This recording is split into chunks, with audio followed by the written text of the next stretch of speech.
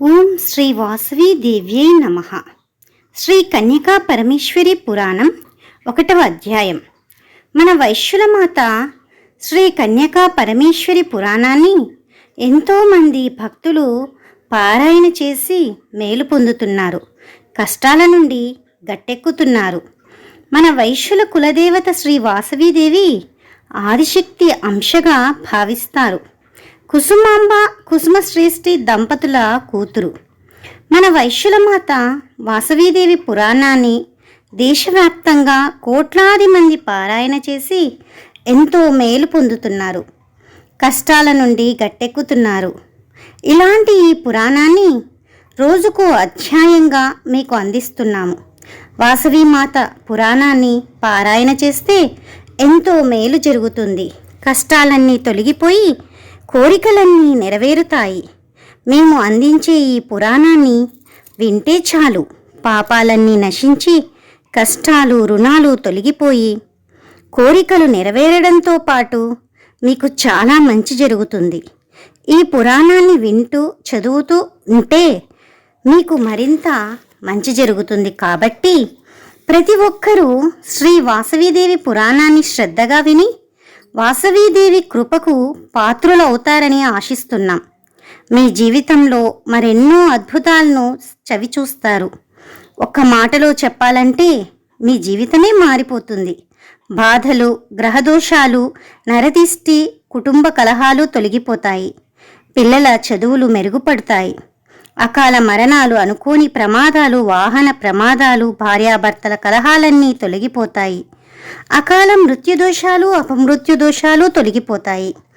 ఇప్పుడు మన వైశ్య కులదేవతైన వాసవీదేవిని తలుచుకొని భక్తితో నమస్కరిస్తూ కన్యకా పరమేశ్వరి పురాణానికి సంబంధించిన మొదటి రోజు అధ్యాయాన్ని మొదలు పెడదాం. ముందుగా విఘ్ననాయకుడైన ఆ వినాయకుడిని ప్రార్థిస్తూ, విద్యలకు తల్లి ఆ సరస్వతీదేవికి నమస్కరిస్తూ, త్రిమూర్తులైన బ్రహ్మ, విష్ణు, మహేశ్వరుణ్ణి, సకల దేవతల్ని స్మరించుకుంటూ శ్రీ కన్యకా పరమేశ్వరి మొదటి అధ్యాయాన్ని ప్రారంభిద్దాం. నైమిషారణ్య వర్ణన, అష్టాదశ పురాణం వివరాలు, స్కాంద ఉత్తరఖండ, కలియుగంలో వైశ్యుల ప్రవర్తనం, ప్రశ్న, మణిగుప్తుడు వంటి వైశ్య ఋషులు సాలంకాయన వద్దకు చేరుకుంటారు. తీర్థయాత్రలు, పూర్వీకుల అగ్నిగుండం ప్రవేశ అంశం, ప్రశ్న, ఫలశ్రుతి, శ్రీ వాసవి యుగనామాలు. నైమిషారణ్య మహాక్షేత్రంలో మహర్షి ఆశ్రమాలతో చుట్టుముట్టబడి వేద మంత్రాలతో ప్రతిధ్వనించేది. గోమతీ నది ఒడ్డున చెట్లతో నిండిన లోయలో ఒక పెద్ద ఆశ్రమం ఉండేది. అక్కడ బ్రహ్మ విదరలైన మహర్షులు సుదీర్ఘ యాగం ప్రారంభించారు. వశిష్ఠ వాసవి మహర్షులు బ్రహ్మస్వరూపం తెలిసిన శ్రేష్ఠులు, లోకాన్ని రక్షించే శక్తి కలిగిన జ్ఞానులు, దయామయులు, మహాత్ములైన సకల ఋషులు ఈ యాగం చేస్తున్నారు. శ్రీ సూత మహామునులు అక్కడికి చేరుకున్నారు. యోగ దీక్ష పొందిన ఆ మహర్షులు ధర్మపీఠంలో శ్రీ సూత మహామునులను అర్ఘ్యాదులతో పూజించి కుశల ప్రశ్నలు వేశారు. మహాబుద్ధివంతుడు, వ్యాసుని శిష్యుడు, అష్టాదశ పురాణకర్త అయిన శ్రీ సూత, నీకు స్వాగతం. మీరు రచించిన స్కాంద పురాణంలోని ఉత్తర భాగంలో సనాతనమైన బ్రాహ్మణ విహిత ధర్మాన్ని మేము విన్నాము. ఆత్మవిదరలైన బ్రహ్మర్షులు, రాజర్షులు కథలు మేము విన్నాము. ఇప్పుడు వైశ్యజాతి వంశావళి కథను వినాలి.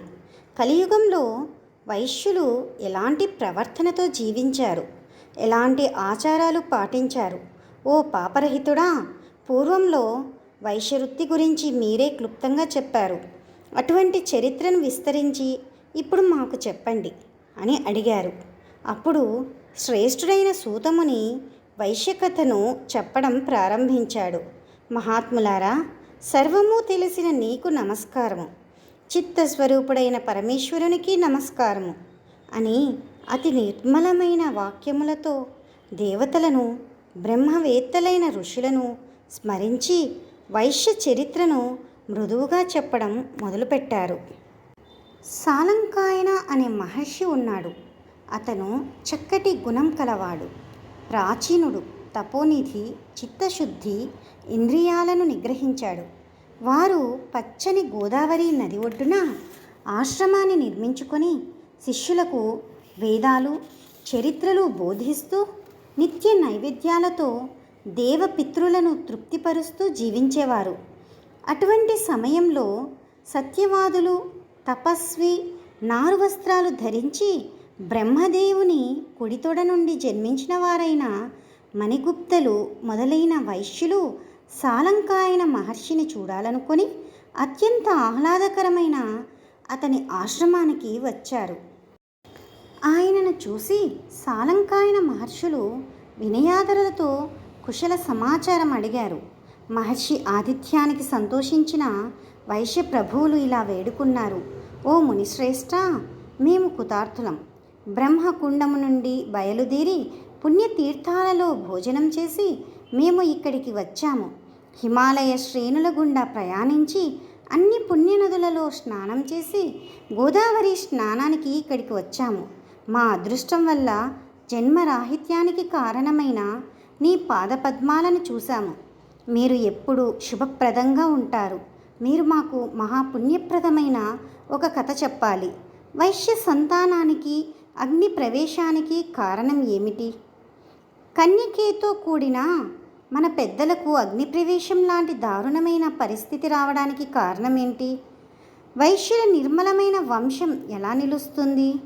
102 గోత్రాలను ఎలా నిర్మించారు? కలియుగంలో వైశ్యవంశం ప్రవర్తన ఎలా ఉండాలి? ఈ అన్ని విషయాలను వివరించాల్సిందిగా కోరుతున్నాను అని ఆయన విజ్ఞప్తి చేశారు. అప్పుడు సాలంకాయనలు: ఓ వైశ్య ఋషులారా, మీ వినయాతిశయాలతో నేను సంతోషిస్తున్నాను. నీ ఇష్టానుసారం సర్వశుభప్రదమైన, క్షేమదాయకమైన, మంగళకరమైన మీ చరిత్రను నేను మీకు తెలియజేస్తున్నాను. ఎవరు ఈ పుణ్యకథను వింటే వారి చేతిలో చింతామణి ఉంటుంది, వారి ఇంట్లో కల్పవృక్షం కూడా ఉంటుంది, కామధేనువు వారి గోశాలలో నివసిస్తుంది. పూర్వంలో కృతయుగంలో శుంభ మరియు నిశుంభ రాక్షసులను మరియు మహిషాసురుణ్ణి ఏ దేవత చంపిందో, త్రేతాయుగంలో భుజ బలంతో ప్రగల్భాలు పలికిన దుష్టరాజుల సమూహాన్ని చంపిన పరశురాముడికి ఏ దేవత జన్మనిచ్చిందో, లోకేశ్వరుడైన కృష్ణునితో యశోదకు గర్భంలో జన్మించి కంసాదులను చంపడానికి ఏ దేవత కారణమైందో ఆ దేవి కుసుమశ్రేష్ఠి అనే వైశోత్తముని ఇంట్లో జన్మించింది. మరియు వాసవి అనే పేరుతో విష్ణువర్ధనుడు అనే రాజును తన వంశ రక్షణ కోసం చంపి కైలాసంలో తన బంధువులతో కలకాలం నివసించింది. ఈ వాసవి కథను మీ శ్రేయస్సు కోసం చెబుతున్నాను. ఈ పవిత్ర కథను శ్రద్ధాభక్తితో మరియు సమదృష్టితో పావనకరమైన ఈ కథను వినండి.